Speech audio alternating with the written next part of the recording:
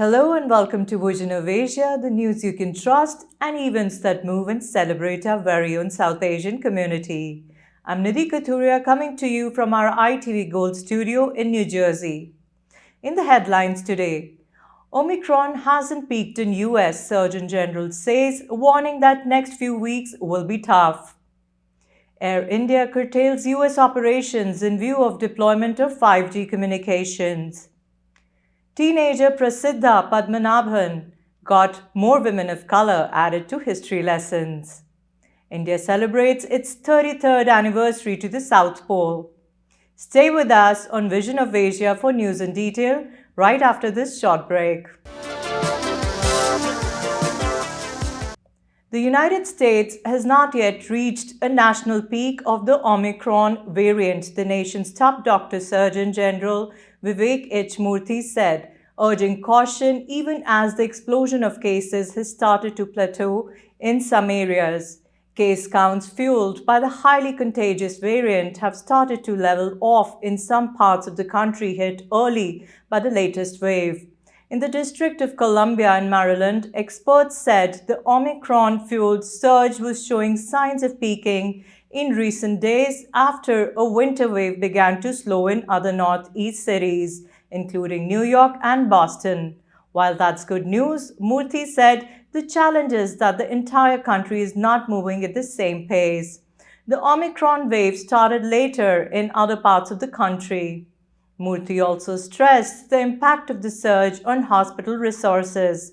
He said, a lesson from the surge is that vaccines are still working very well to keep people out of the hospital and to save their lives. That's why we want everyone to get vaccinated, to get boosted as soon as they can.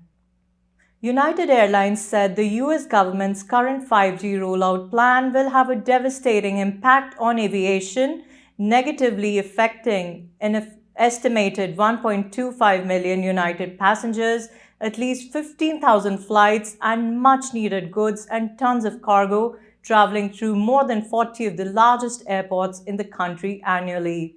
When deployed next to runways, the 5G signal could interfere with the key safety equipment that pilots rely on the takeoff and land in inclement weather, the airline said in a statement. Welcome back. American Association of Physicians of Indian Origin (AAPI) donated immunoanalyzer at AIIMS, Bibinagar, Telangana, which does hundreds of tests every day. This is part of COVID relief efforts AAPI has taken over during the second wave of pandemic. The generosity of the members of AAPI and Indian community has been unprecedented, said Dr. Anupama Gotimukula, President of AAPI. I want to thank the AAPI fraternity for not only contributing $5 million towards COVID relief funds, but has spent hundreds of hours in coordinating and disbursing the vital medical supplies to the most needed hospitals across India. Thanks to the overwhelming support of its members, that AAPI has raised almost $5 million in the past few months and has sent much-needed medical supplies to India during the peak of the pandemic in India. Chamath Palihapitiya, a Sri Lankan-born Canadian and American venture capitalist and co-owner of the Golden State Warriors NBA basketball team, came under fire following his recent remarks expressing strong doubts about reports of human rights violations against Uyghurs in China. The comments by Palihapitiya is the latest among recent controversies that have compromised the NBA's relationship with China, with whom the franchise has garnered billion-dollar deals.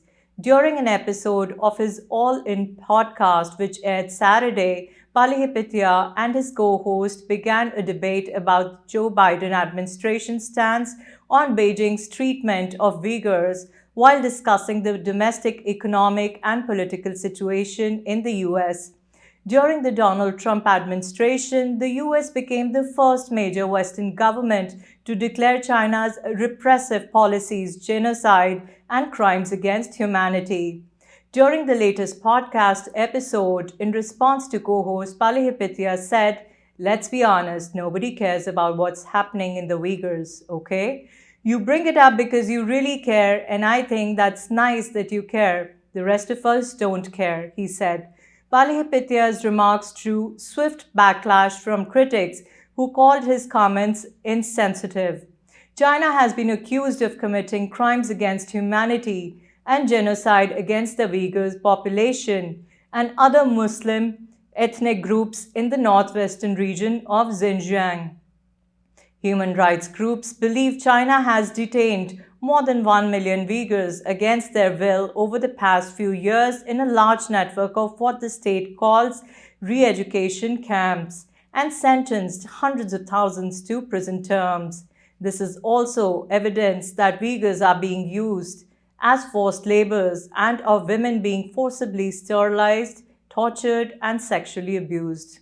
Nobody cares about. Let's be honest. Nobody cares about what's happening to the Uyghurs. Okay, you bring it up because you really care, and I think that's nice that you care. The rest of us don't care.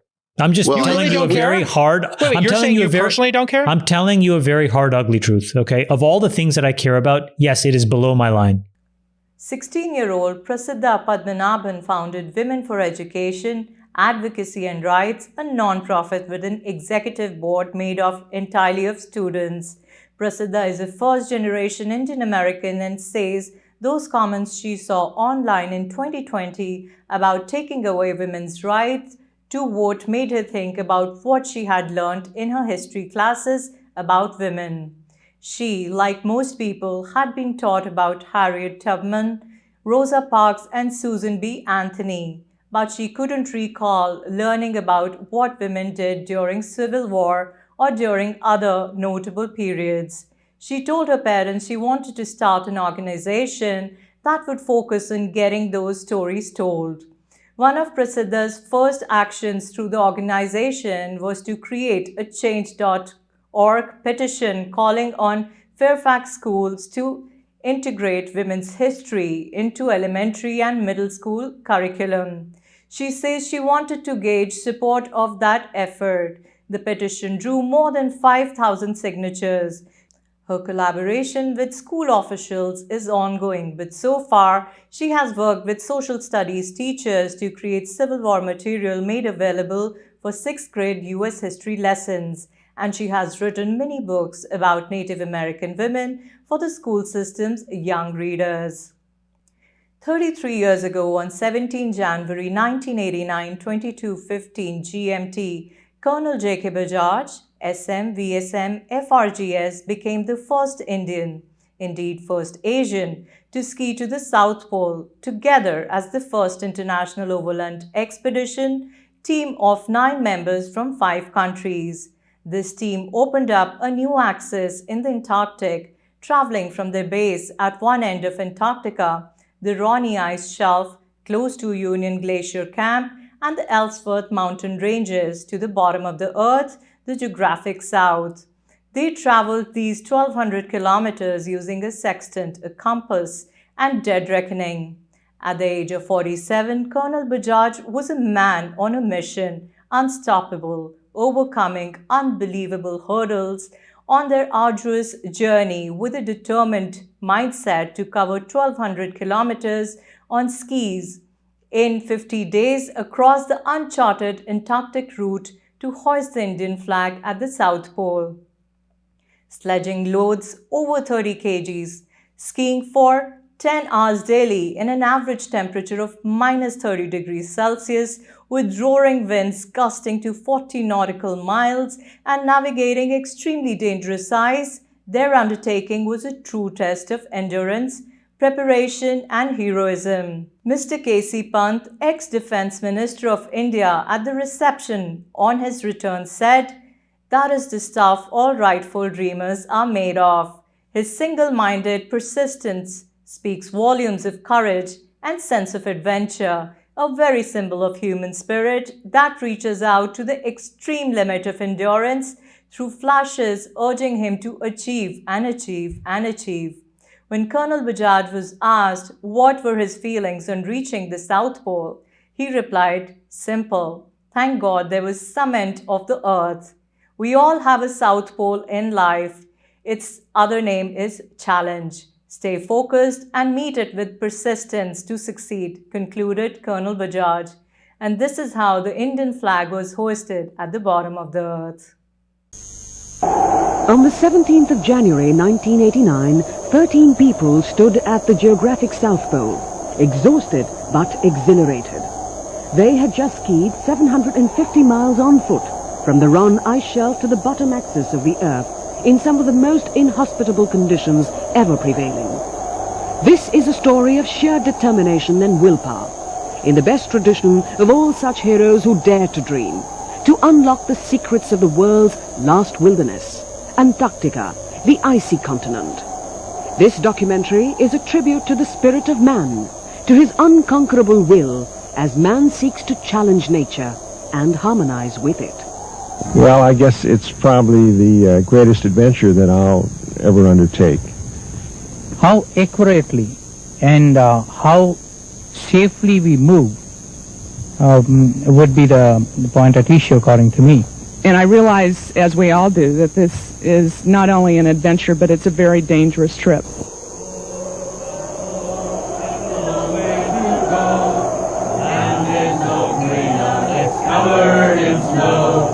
If you think it gets greener, it's completely absurd. The horizon that always has sound.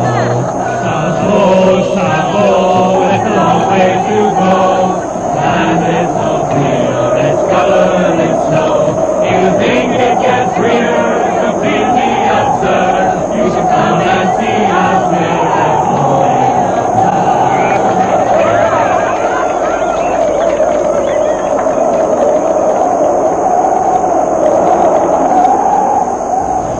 And that's a wrap on Vision of Asia tonight. Send us your suggestions and community news that you would like us to cover for our print and television coverage at events@itvgold.com. Follow us on our Facebook handle at itvgold. Subscribe to our YouTube channel and pick up a free copy of Desi Talk if you're in the tri-state or in the Chicago area for news and community, entertainment and events in US and India.